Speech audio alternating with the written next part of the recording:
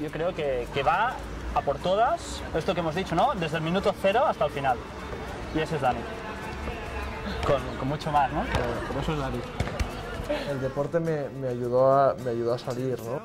Bueno, aparte de otras muchas cosas, pero entre ellas el deporte fue mi fuerza de fondo, ¿no? El deporte para mí es eso, ¿no? Es parte fundamental de mi vida, me ayuda a estar activo y a ser consciente de que estoy bien, ¿no? Dani es una persona que siempre ha necesitado practicar deporte, tanto por una cuestión de descargar adrenalina como por una cuestión física.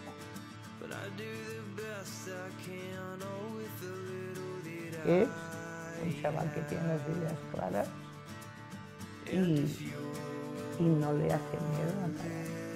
No le hacía miedo a nada. Tanto para él como para mí era un reto el hecho de ver cómo reaccionaría.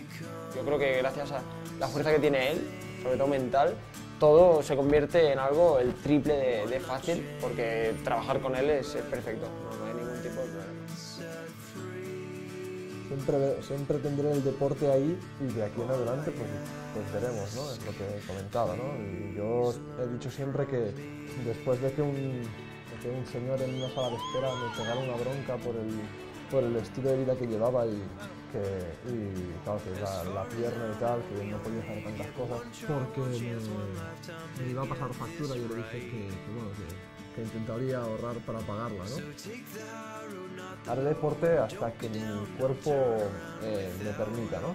Ya sea uno o sea otro, porque en sí lo que me gusta es el deporte.